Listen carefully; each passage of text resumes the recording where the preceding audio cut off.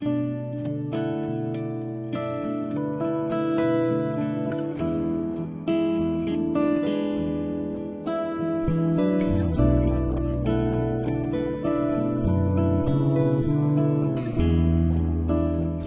had, well, I was related to most people in Loa. When I was born, there were only about 300 people there. But so had a lot of cousins, and I was close to my cousins. There were a couple in particular. Stephen Reese was a second cousin of mine, and LaRon Taylor was also a second cousin of mine. And we just had a lot of fun together. We was, after Sunday school or after church, we would go to one another's place and goof off and just have fun. But I had, like I said, there were a lot of cousins, and so they weren't the only two that I spent time with. Matter of fact, we would have Taylor reunions every year, the Levi Allen Taylor reunion, and that's when I got to see a lot of my cousins. That was always fun. I loved reunions. I still love them. Those two that I mentioned are still alive, and we get together every year. As a matter of fact, they were here last summer, and we'll be getting together again in May. No, it's in June this year. They'll be coming up here again. So, well, we lived in a place called Rabbit Valley. Well, Rabbit Valley was actually over the hill a little ways, but there were lots of rabbits. And when my mother was a small child, she remembers all the men in town, maybe some women, I don't know. They would get together and they'd just go out in this big open area and form a circle, maybe a half a mile wide, and they just kind of walk towards each other. And as the rabbits would begin to scatter around, they would, this sounds gross, but they would club them as they went in between the guys in the circle. I remember, I've got a book that shows a photo of a hay wagon full of rabbits. So, but by the time I came along, there weren't that many rabbits, but there were still rabbits, and they ate a lot of our garden and a lot of our alfalfa. And so my dad and the neighbors would pay me 10 cents a rabbit, and so I was able to afford my bullets that way. I started to be a really good shot, and I hope the Lord will forgive me for all the rabbits I took out of this world. Well, I learned that there was a God. I learned that early, kind of through the experience I had with my brother. When I was about 4 or 5 years old, I don't remember the event that much, but my mother repeated this story so many times as I was growing up, as we would meet people, that I remember her story of what I told her. When I was about 4 or 5 years old, my mother was looking through some photos in a desk that we had there. As a matter of fact, I've still got the desk in my room. She called me over and she showed me a photo. And she said, "Do you know who this is?" And I said, "Yes." She looked kind of surprised and she says, "Who is it?" And I said, "It's my friend." And she said, "What do you mean your friend? This is your brother. He died 3.5 years before you were born. How can he be your friend?" Then I told her the stories of how we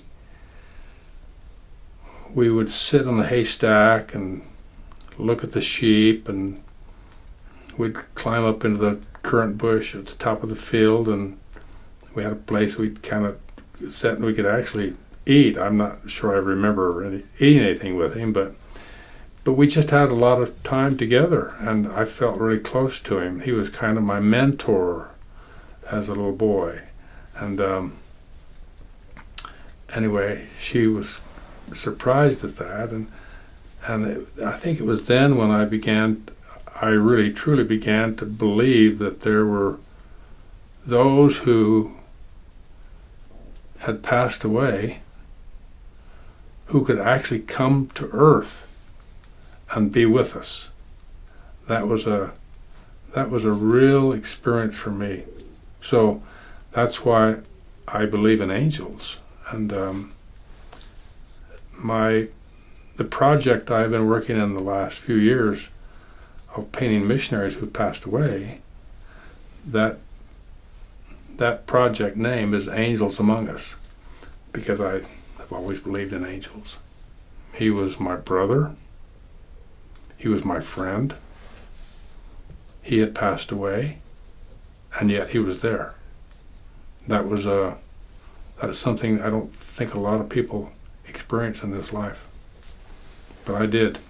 I've always felt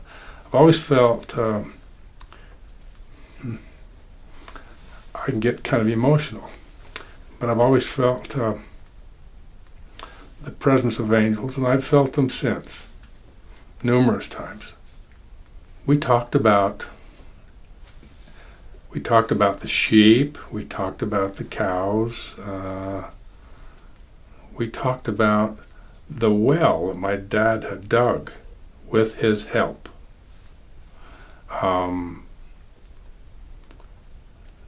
So yeah, I mean, there are things I don't remember.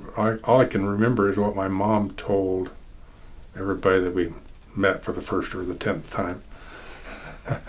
I was the youngest.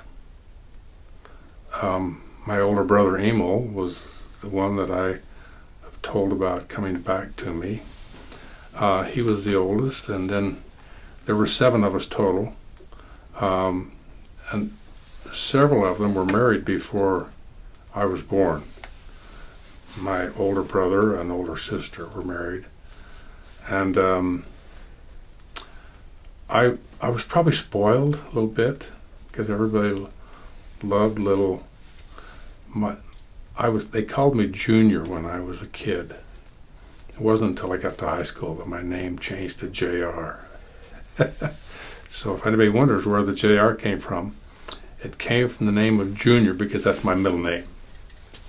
As I was growing older, or getting a little older, my brother he was 5 years older than me, and of course he was always my boss, and would tell me what to do and when and how, and I didn't always want to do what he said and how he said it and when he wanted it done. So we had some struggles, and I remember I was in my young teens probably, maybe I was only 10 or 11. We came in the house after milking the cows, and I was carrying a bucket in one hand and a bucket in another hand, and he hid behind the door as I was coming in. As I was walking in, he reached his hand up and flipped me in the back of the head with his fingers, and it hurt. And I think he had teased me the whole time we were milking cows, and I was irritated. So when he did that, I turned around and just popped him in the mouth real good, and broke a tooth. One of those front teeth, cut his lip pretty good. That was not a good moment. But he never flipped me anymore. I think he realized that I could cause damage. I was old enough to cause damage.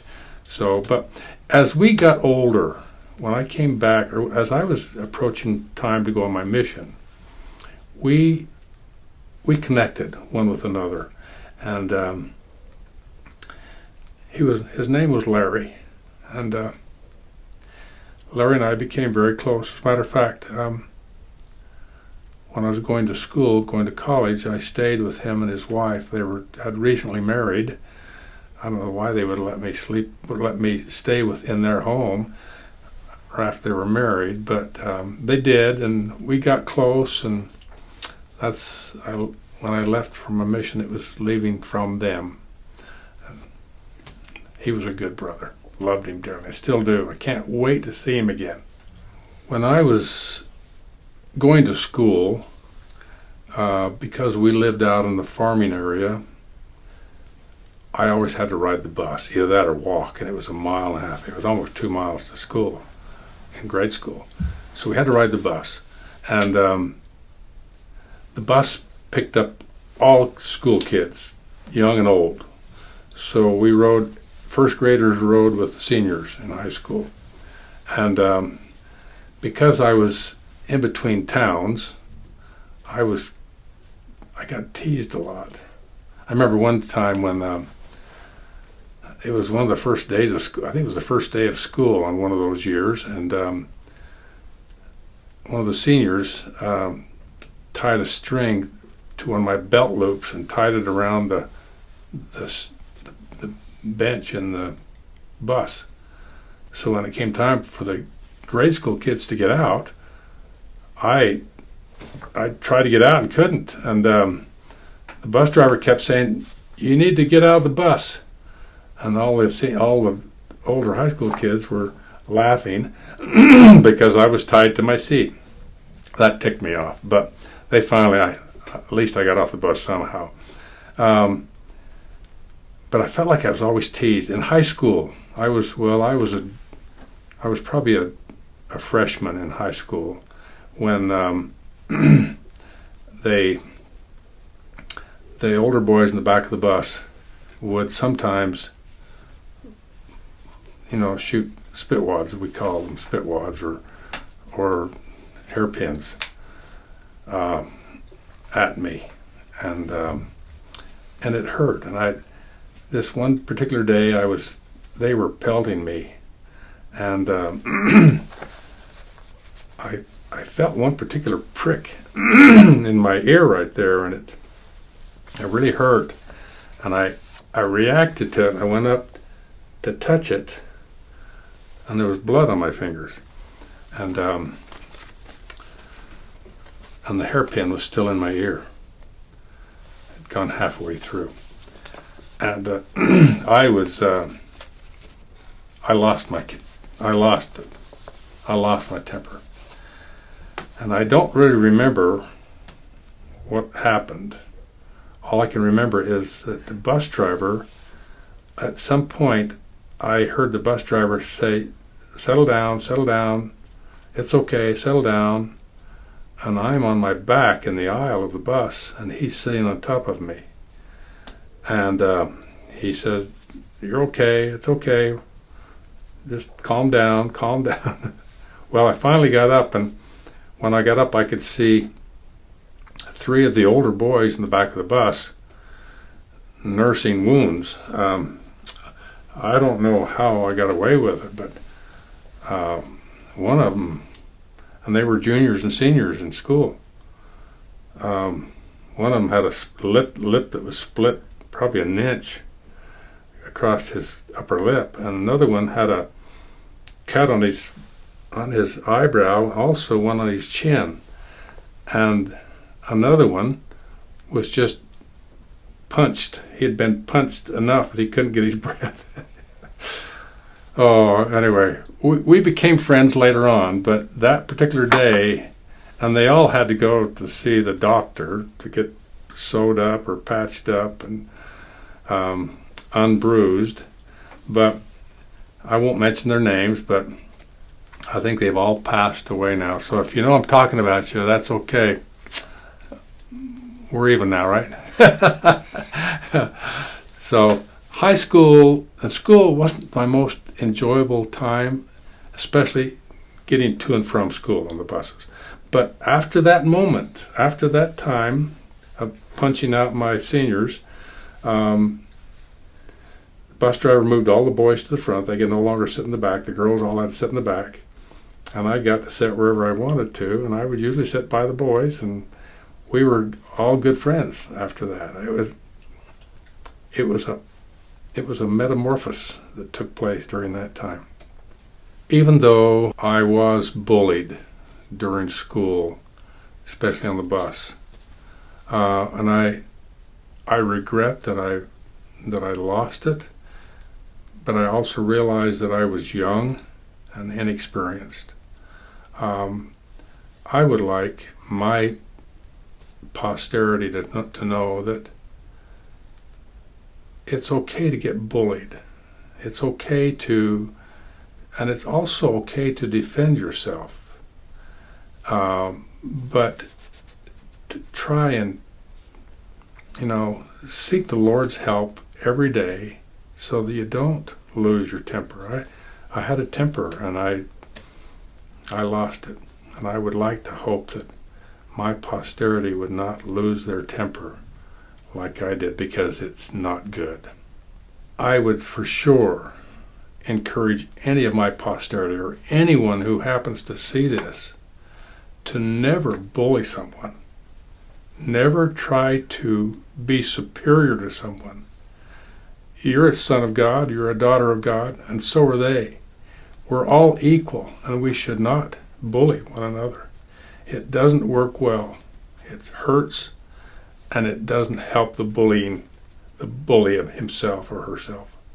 When I was in high school, I had a cow step on my foot. I was playing basketball, but I had a cow step on my foot and broke the arch of my foot, and I couldn't play basketball for that year because I had to heal.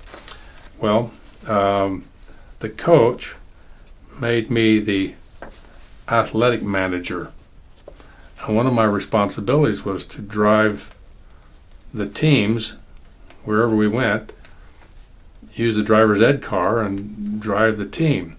On this particular night, we were playing down in Kanab, Utah, and I was taking the first 5 players. They were the main 5, and on our way there, it started snowing, and we had to go through some canyon areas that were pretty steep climbing and steep coming back down, and it was slick, and I I had a hard time going we were going to be late unless I kept up the speed a little bit, and anyway, we were driving. It was blinding snowstorm, and it was getting dark, and I suddenly saw this truck in front of me, and I applied my brakes, but nothing. I couldn't slow down, and the only thing I could do would be to go around him. So I began going around him, and the car was full of ball players, and as I was going around him, I saw an oncoming car come around a turn. I hadn't seen their lights until they made that turn and headed right straight for me.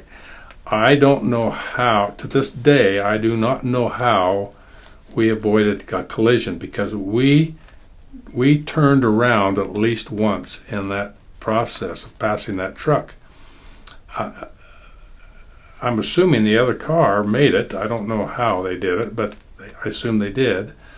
And we ended up on the side of the road against an abutment that was 200 feet down to the river below. I don't know how we did it, but that was a scary moment for all of us. We made it there. We made it on time, just barely, just before game time, and we were, as I recall, we were 7 points ahead at halftime, and the coach and the rest of the team showed up at halftime. So he took all the main players out because they'd played the whole half without substitutions at all, and so he substituted. We did win the game by 2 points, but I kind of figured I was a pretty good coach because we had more points at halftime than he had when the game ended. I'd always wanted to go on a mission. None of my family members had been on missions, and so I was the first one to go. And I got my call to Denmark, and I was looking forward to that because that's where my dad was from. He was a convert, came from Denmark to the U.S., served in the army to get his citizenship, and yada, yada, yada. I'd come along. And he was 19 years old when he came here from Denmark, and I was 19 years old when I went from here to Denmark. So there was that commonality between the two of us. I had great experiences on my mission. Before my mission, I did not really have a testimony of the gospel. I believed my mom and dad and others when they told me the church was true, but I didn't know that. And but I went through most of my mission, a good half of my mission, with that kind of a half a testimony. And but midway, somewhere between the beginning and the end of my mission, my companion and I went to visit a recent convert. Her name was Sister Jönsson, and she had some challenges with her testimony since her baptism, and so we went there to talk to her about the gospel and kind of strengthen her testimony. While I was talking with Sister Jönsson, I had this amazing experience where my testimony suddenly turned into not a testimony of I believe, it was a testimony of I know. And I felt, I'm sure all of you have felt that same way, that sudden power that comes with the words, that I know that God lives, and I know that Jesus Christ is our Savior. And I said, I feel him here now. And I didn't realize it at the time. I know that I was tearing up, and so was Sister Jönsson. And I didn't know it at the time, but my companion was looking around. He was looking behind him. He told me this afterwards. He said, as we were leaving that night, he said, you said you believed the Savior was here. He says, I was pretty sure he was. I kept looking around to see where he was. He says, the room behind me became lighted, and I felt he was there, but I couldn't see him. And anyway, that moment on my mission was a changing point for me. That was the time when I can say I knew that God lived, I knew that Jesus Christ was my Savior, and I knew that the Church of Jesus Christ was true, and all doubts fled. There was a feeling that went all the way through me. It went all the way through me.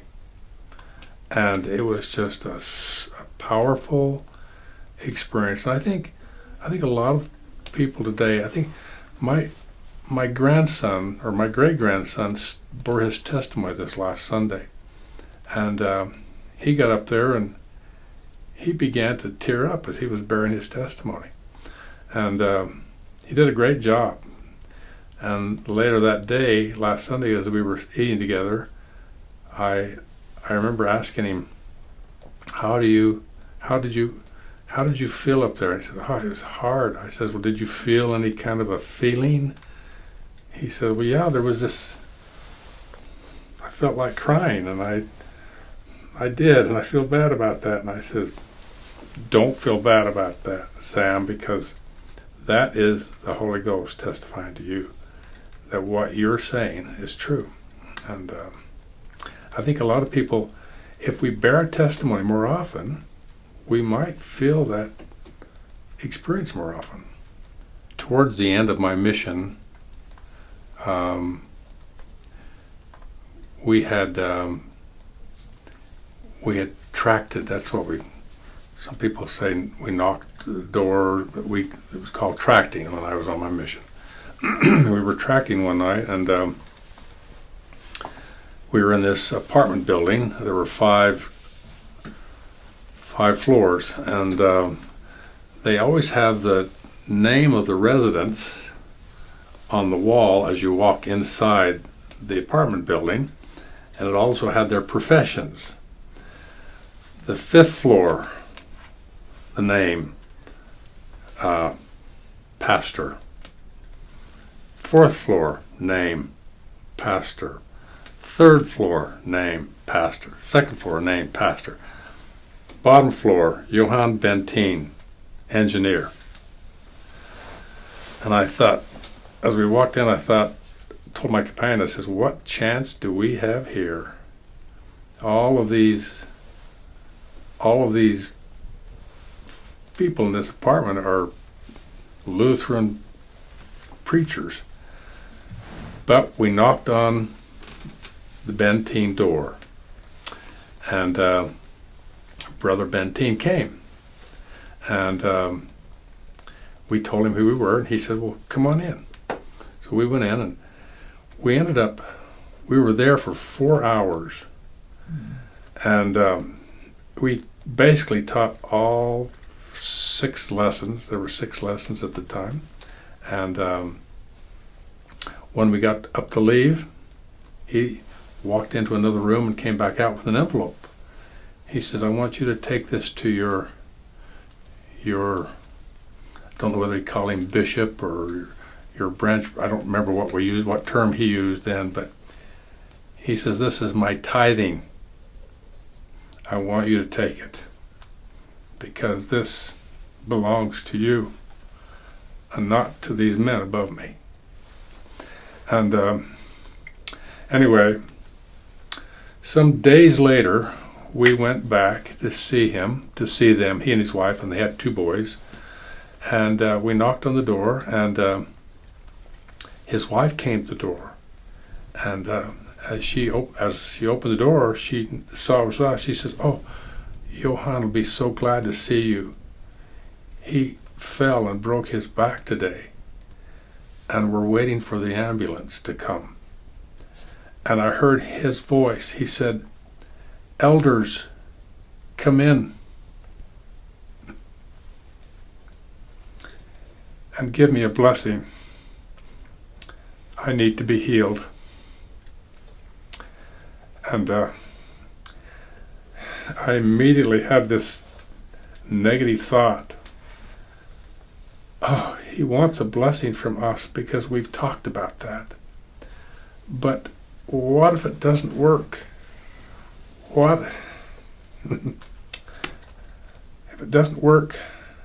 He'll lose his faith in us. He'll lose his testimony. And but we went in. He was lying flat on a bed that had a board under it. That she had somehow found a board, put a blanket on top, so he was somewhat comfortable. But they were waiting for the ambulance to come. And he said, I want you to give me a blessing because I want to be healed. And my companion had only been there 3 or 4 weeks. And he didn't even know how to speak Danish yet. And he knew how to say a simple prayer because we learned that when we come. First thing we learn to do is say a simple prayer. I turned to him and I says, Elder Peterson, Brother Benteen wants a blessing, because he hadn't understood what Brother Benteen had said. He says he wants a blessing, and he's asked me to anoint and you to give the blessing. Are you okay with that? He says yes. Surprised me. I thought, what's the blessing going to be? 14 words? But anyway, I anointed him with oil while he was lying down, and Elder Peterson pronounced the blessing. Basically, he says, in English, I mean, he spoke in Danish, but translation basically was, Brother Benteen, by Melchizedek priesthood, I command you to rise and walk.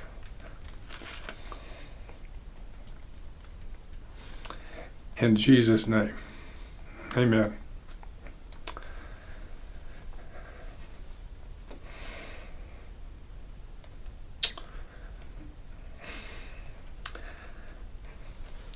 Brother Benteen slowly began to rise. And my companion and I, we dropped to our knees. I had lost strength. I could no longer stand, and neither could Elder Peterson. And Brother Benteen eventually stood. And when he stood, he reached down and took us each by the hand and helped us on our feet. And simply said, "Thank you. I appreciate that." And a few moments later, the doorbell rang, and he walked to the door. And at the door were the two men who had been called, and they had come and then had gone to get the ambulance. And anyway, he opened the door, and they said, we're here to get your twin brother with the broken back. And Brother Benteen says, "I don't have a twin brother. I'm the man with the broken back." And the ambulance guys, they said, no, he has a broken back. You have a broken back. You can't walk. And anyway, he ended up.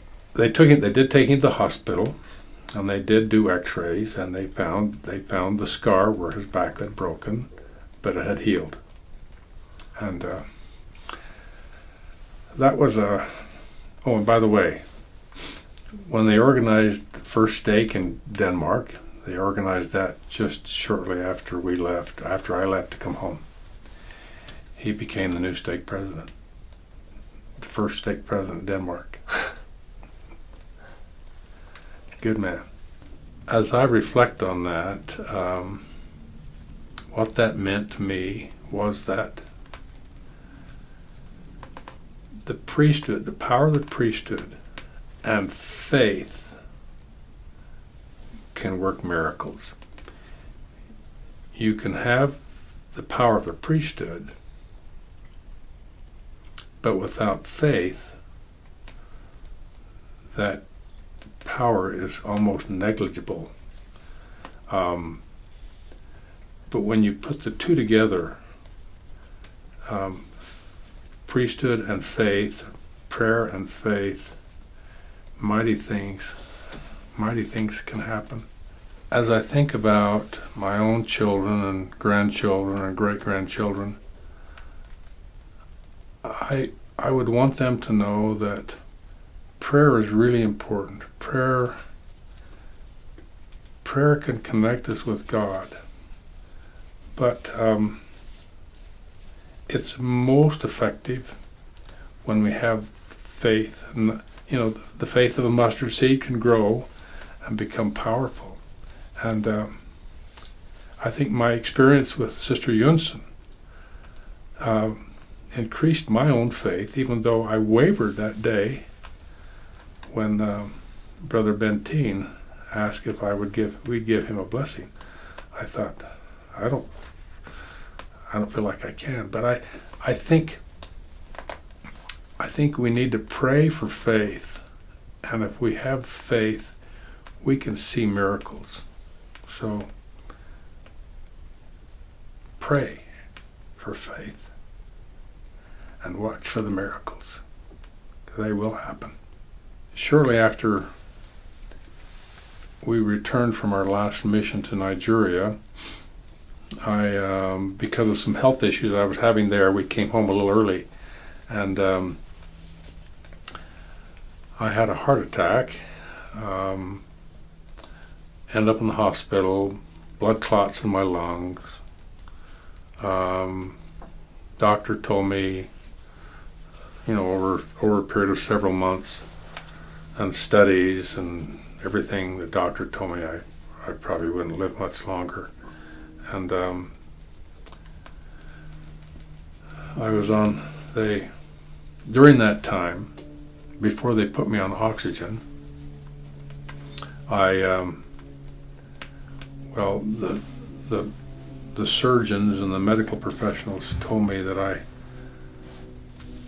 had my brain had stopped for between 2.5 and 4 minutes, that I literally died.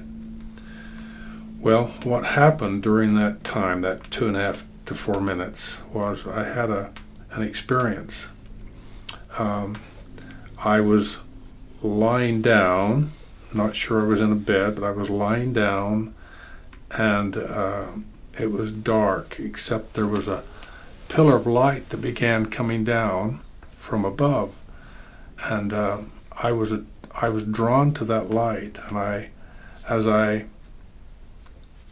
looked at it, I wanted to go to that source. I wanted to go where it was light, and I began to swim, if you will, and I got up there, but I noticed that as I transitioned from the dark where I was to the light where I was going, my clothing changed to white, and I was received by two people. I don't know who they were. I don't know whether they were men or women. I don't know. I think they were men, but I'm not sure. And they took me first to my mother. Now, my mother, she wasn't the most glamorous woman here on this earth. I loved her. To me, she was beautiful. But that mother there, and I recognized her immediately, but she didn't look like the mother I had here. She was so beautiful, remarkably beautiful. And she kissed me on the cheek and hugged me, told me she was glad to see me. She said, "Let's go to your dad, your father," she said. "Let's go to your father." She took me to my father, my dad. And he too, even though I think he was a very handsome man here, but he was beyond handsome there. And if I were to guesstimate their age there, they would be somewhere in the mid-30s. And my dad passed away when he was 96, almost 97. My mother was 93. So they were older when they left this earth. But there they were beautiful. And they took me. And I don't remember all the things that I learned while I was there with them. But they took me from place to place. I saw things that are beyond the ability to even explain, even though I don't remember how to explain it. I knew that I was learning things that would have taken lifetimes here to learn. And after my experience with them, which seemed like it was hours long, maybe a day, I don't know, it was a long time. Finally, my dad said to me, he says, "You need to go back." And my response to him was, "Back where?" He says, "You need to go back to your family." And at that moment, I remembered I had come from here, and that I had a wife and children and grandchildren and great-grandchildren, and I needed to go back. So the same two individuals that took me to my parents brought me back to that place I didn't want to go into. I can remember struggling, trying to stay up there, but I woke up and I was gasping for air and realized that that something had happened to me and that I had experienced something beyond what I consider beyond this life, and looked into the eternities. What I've learned from that is that when we go from this life to the next, and I'd probably say if we're close to God, if we're worthy, maybe even if we're endowed. That might be a prerequisite. I'm not sure. But what I think I've learned is that we will learn things there beyond our wildest imagination here. And that it's easier now for me to see how we can become powerful spirits when we're on the other side. We'll have knowledge that cannot, far beyond, a million times beyond any knowledge we might gain here. And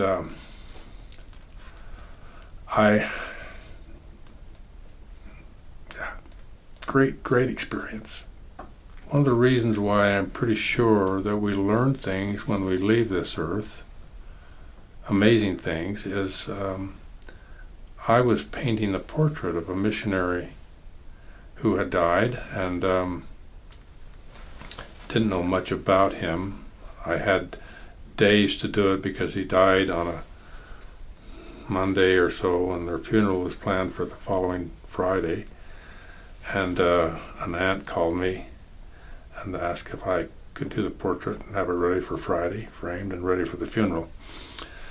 Well, anyway, in the process of painting that portrait, and I always pray before I paint, and in the process of painting that portrait, it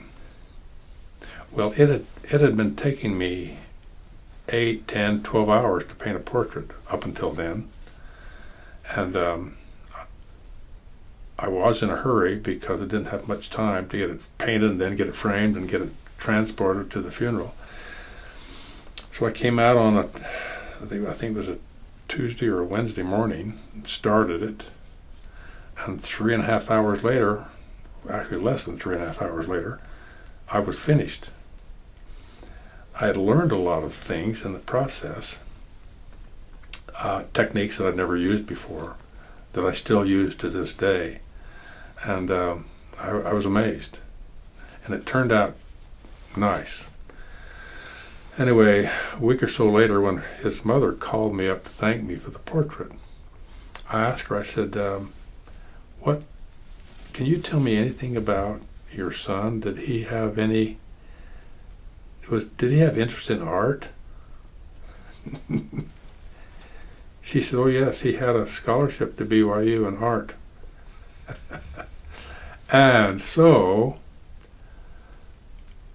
based on that and upon the dream I had, I have concluded that his desire to do art, he learned it like that when he got there, was able to share those ideas and techniques through my mind, through my heart, whatever, so that I was able to paint his portrait in that period of time. When I arrived in Denmark, or shortly after I arrived in Denmark, there was a new shipment of missionaries that came. One of those was a Sister Yates. Now, I didn't meet her when she first got there. It was probably a month or so later that I met her. She had been called on to play a piano piece at a district conference where all the missionaries and members were attending. And I remember I was sitting kind of in the back area somewhere with my companion, and they announced that Sister Yates would play a piano solo, and this young lady on the front row, she stood up and walked over to the piano, and I thought, wow, she's cute. She's Danish. I thought she was Danish. But the next day, as I was coming down we had a missionary meeting that next morning, and as we were coming down the steps, I saw this Sister Yates with her companion. I didn't realize she was an American. With her companion coming up the steps, and we stopped and chatted for a minute, and that was my first time of meeting her. And I thought, wow, she's interesting. Anyway, over the course of the remainder of our mission, she ultimately was called to be the mission secretary, and I was called to be the mission public affairs person, and also the printer. And because we were in the mission home together, we got acquainted with one another, and I was impressed with her, and I guess she had some positive impressions about me, I don't know. But anyway, when we were released the same day from our missions, and me and my companions, there were three of us, we did a little tour of the world while we were on our way home, and she came directly home.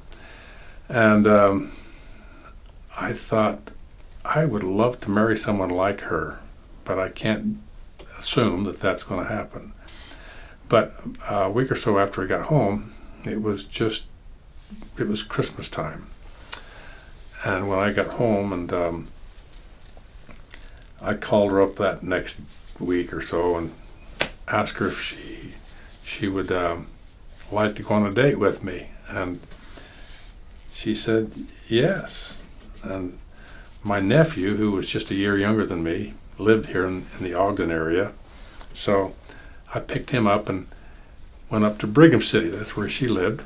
And her sister was just a year and a half younger than she was. And so her sister went with my nephew, Trent, and I went with Deanna. We went tubing up in Mattaway. And we had a good time, fun time, tubing. And at the end of the date, I asked her if she would mind going with me to our mission reunion, which was just a couple of weeks later. And she said yes. So that's kind of where our dating started. She had a lot of missionaries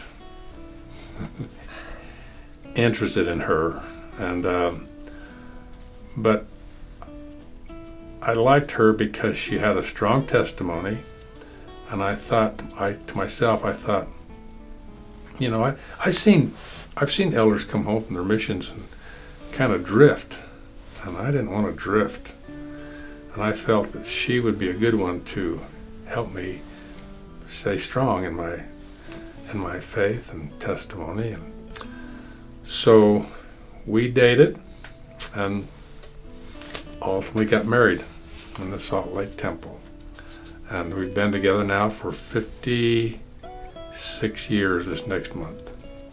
When we're young, we're typically mostly focused on ourselves, maybe our goals. Men probably are focused on what they need to do to provide for their families.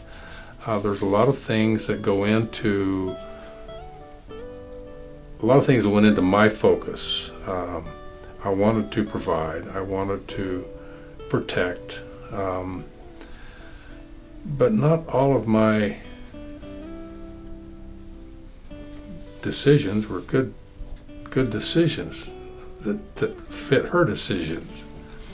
And so I think a lot of young couples struggle with trying to find their place in the marriage. Husband feels this way and the wife feels that way. My counsel to any young married couple would be patient with each other. Try to focus more on them and less on me, because me is wrong quite often, and we can lose focus. So be patient with one another. We raised 4 children.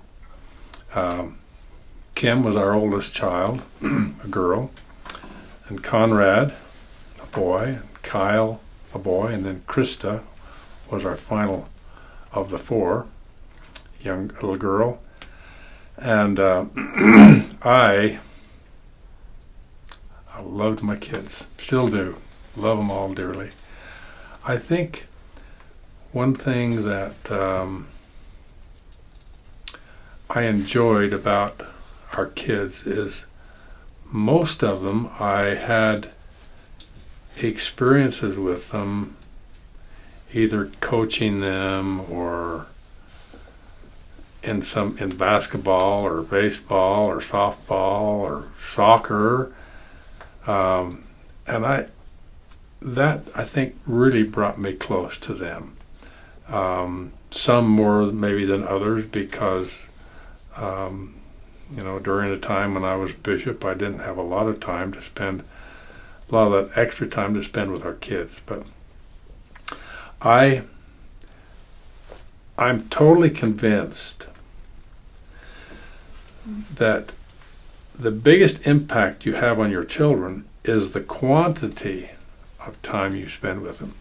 Quality is good, but quantity will determine their actions much more than the quality of the time you spend with them. We've heard, oh, you need to spend quality time with your kids. Well, that's true. You do need to spend quality time, but make sure that quality time is built by the quantity of time you spend with them. That's what builds their character. I also believe that as far as their spirituality is concerned, the more time you can be involved with them in their primary, in their Sunday school, their young men, young women, and the more time you can spend with them just sitting in sacrament meeting, maybe massaging their back or rubbing their head or something that's enjoyable. Those are important parts, I think, of their spiritual development. They're going to be spiritually developed if they're enjoying their time in church. If a child is not enjoying their time in church, they're not going to be spiritually fed. So my opinion is you make that church opportunity enjoyable. I was drafted into the Army in 1969. I didn't want to go in the Army. Matter of fact, I thought of going to Canada. But my dad had served in the Army, and all of my brothers, all three of my brothers had served military duty, Air Force, Navy, and so I was feeling guilty trying to dodge the draft, and my dad said to me, he says, you need to serve. So my dad's always been wise, so I took his advice and accepted the draft. Went to Vietnam. After a year of various training, I went to Vietnam, spent most of a year there. I'm not sorry I went. It was not pleasant at all, most of it. And I saw sufficient acts, duty.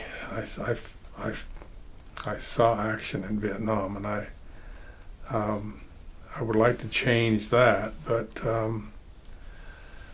I'm glad I served. I had experiences there.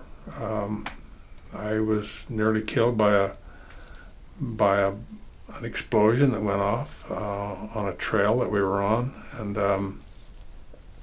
the only thing that saved me was the fact that my older brother Emil, who had died years before, 25 years before or more, I heard his voice say stop, and I immediately stopped. And the explosion happened right at that moment, at that very millisecond.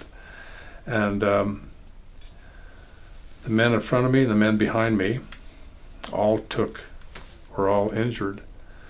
I lost my hearing for a day or two, but found out that there was a tree that was about 9 inches thick, 9 or 10 inches thick, and the explosion occurred just a couple of feet on the other side of that tree, opposite of me, and the tree took all the shrapnel that would have got me had I not stopped for that millisecond. And always felt that was another one of Emil showing his concern for his little brother. I had another experience there that has stuck with me.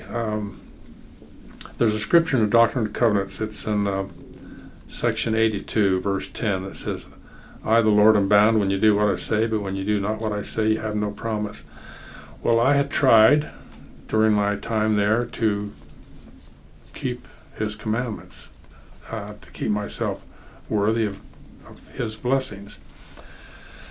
And I had an opportunity to go.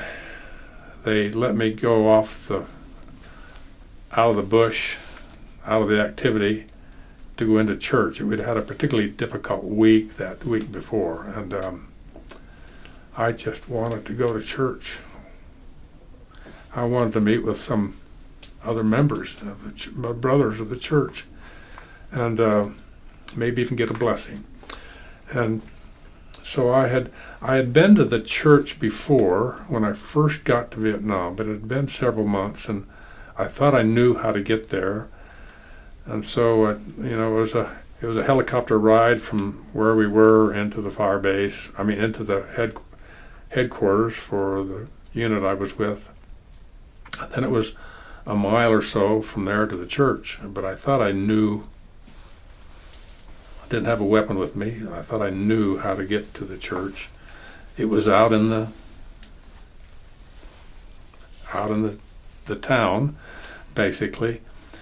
But after walking and walking and walking and not recognizing anything that I'd recognized before, I realized I was lost.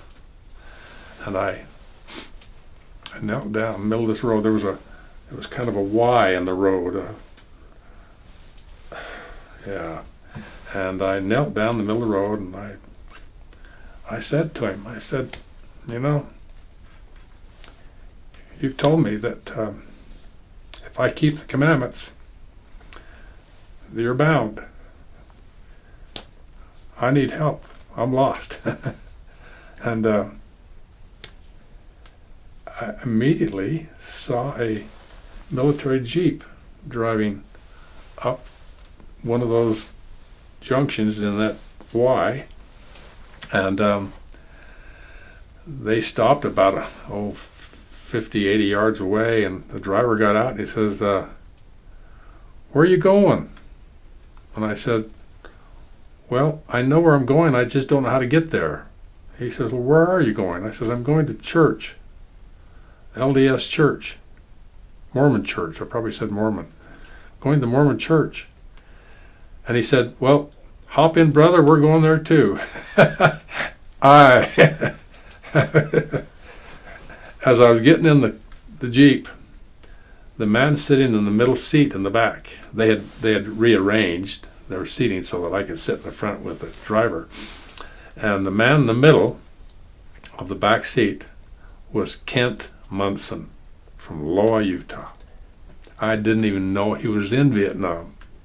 But there he was, and he was going to church. That was a powerful moment of my time in Vietnam. So I knew the Lord answered questions, answered prayers, and that was definitely an answer to a prayer, and so immediate. I think war is terrible. To me, war is hell, and we should not be having war. There's no reason why we should be having war except Satan wants it, and that's why there's war. He influences people. I went because I was drafted, and I went because we're supposed to support our country, our families, our faith, our freedom for sure, And so I went to support freedom. But I do not believe that the war is necessary. Should not be. I remember Ezra Taft Benson. Yeah, I think it was him that said, we should defend freedom at all cost. So freedom is the key point. And he mentioned that in several talks. He mentioned that at least once in General Conference. And I know he mentioned that several times in his talks to Congress or different entities of government entities. So freedom is really the thing that when God gives us the right gives us choice, that choice should be used for the right thing, and freedom to make a choice is important. And when you take the freedom to make choices away, that's on the wrong end of the court. And so I think freedom is a very important thing to be fighting for. And we were doing that, we thought, I guess. Not sure I felt that was the reason why we were there all the time, but it was very difficult to be away from my family. I was married, and we had one child. Our oldest daughter, Kim, was several months old when I got drafted, and my wife was expecting our second child, Conrad, and I was allowed to come home for Christmas holiday while I was in basic training, and during that time our second child, Conrad, was born. And it was really hard. It was so hard to be away from them. And that's another thing I don't agree with. I don't think that men with newly married men should have to go out to war. It's just hard to leave your family. I came back from Vietnam and went back to school and graduated. But before I graduated, I started working, and but I had the opportunity of being receiving some therapy immediately when I arrived in the United States in California. The therapist was a good man. He asked me what I wanted to do, and I told him I wanted to get a job. He said, "What do you like to do? What are your hobbies?" And I said, "Well, I've always liked art." And he said, "Well, I think you should pursue that. Do art." So I started doing art. My first degree was in art and advertising, and so I went to work, got a job in the art field, and people would come into my office and say, they'd find out that I had drawn this person or that person, or started painting this person or that person, and they would ask if I would paint their son or their daughter or their wife or their dead uncle or whatever. And so I started painting portraits when I was at work. And that just evolved. And I think because of that experience of having the opportunity to do art after my military has been a therapy for me. I know it has. It's been a spiritual therapy for me. And as a result of those beginnings, I have ended up, for the last few years, I have been painting portraits of missionaries who've passed away. As of this morning, I've done 153. I've also painted portraits of all the children that were killed in the Uvalde, Texas school shooting, and delivered those. And I've done at least 100 other paintings of people who have died for one reason or another. And I've done some commissions as well, which kind of helps to pay for my supplies and framing. And so my career I had a great career.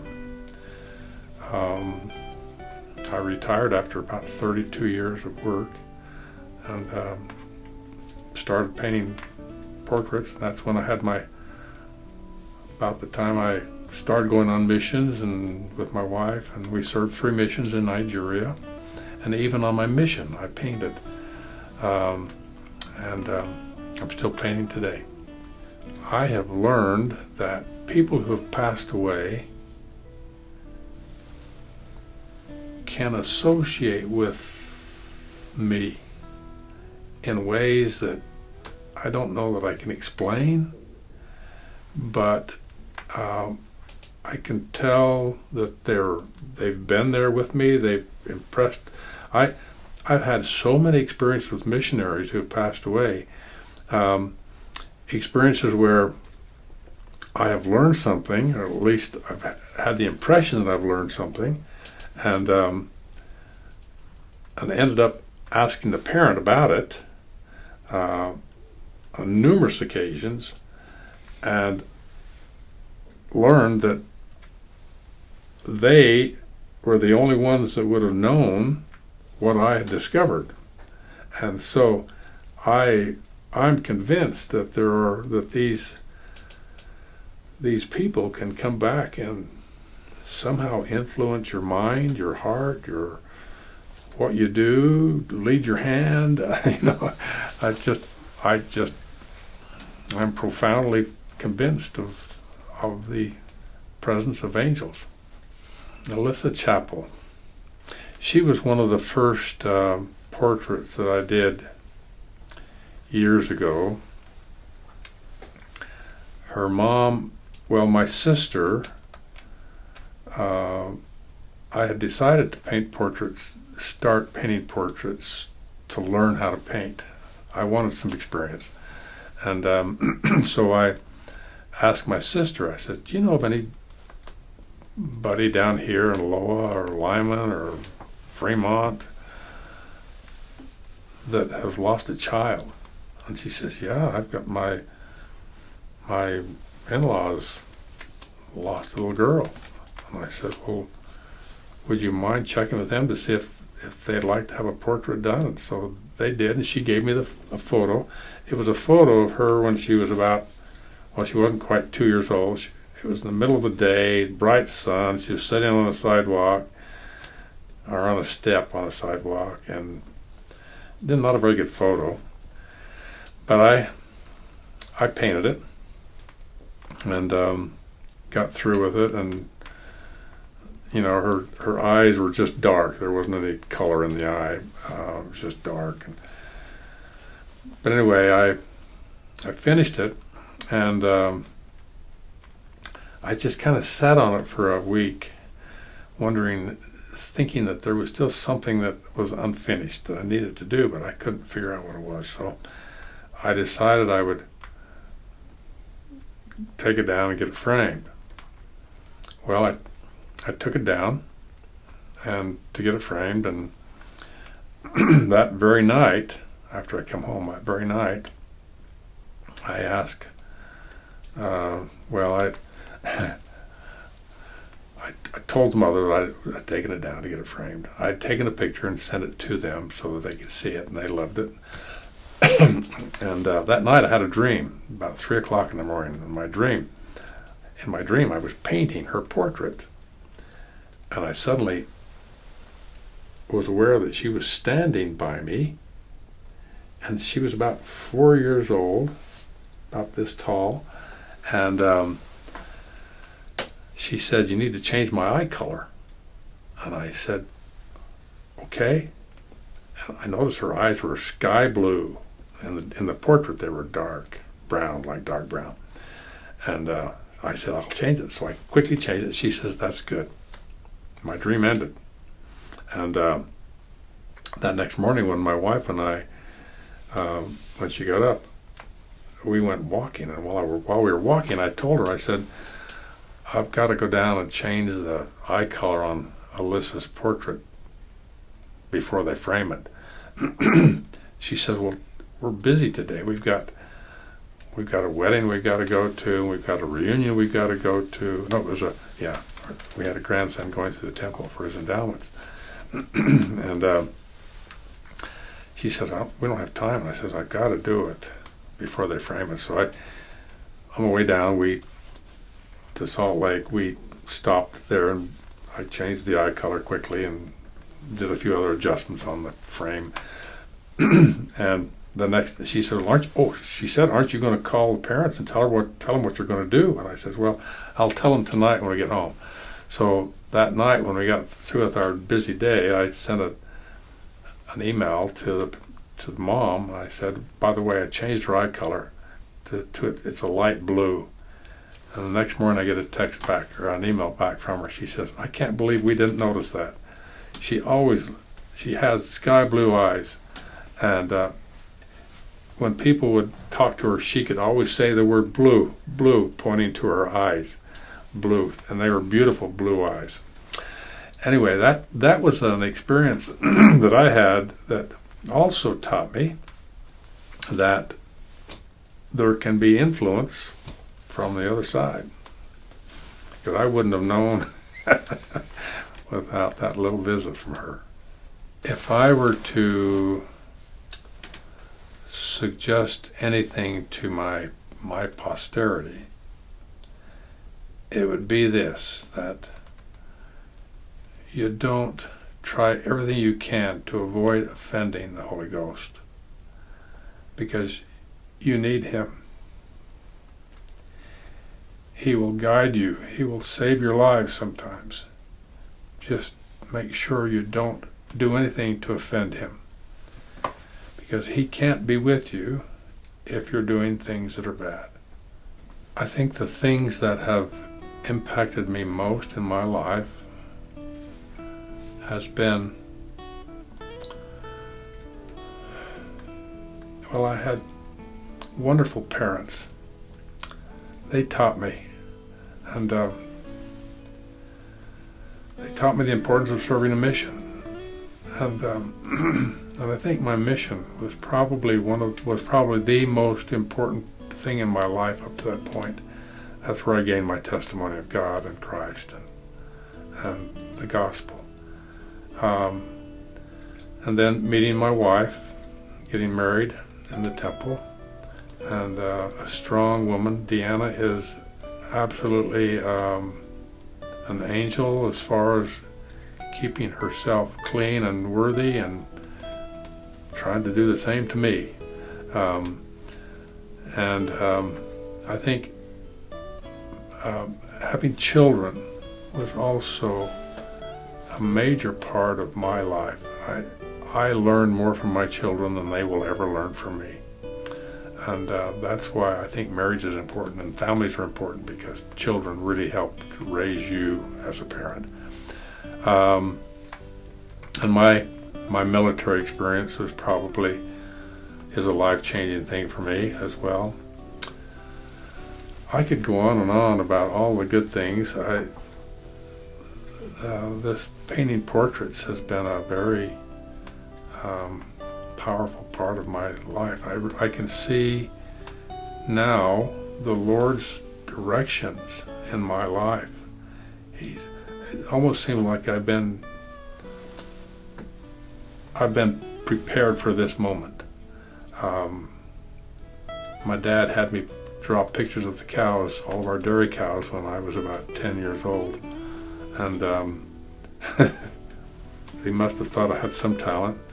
So it seems like the Lord has had placed those little things in my path along my life that has prepared me for this time I'm spending right now. I've lived beyond my predicted lifetime because of the effects of Agent Orange from Vietnam, and and I'm still able to paint, and so that makes me happy.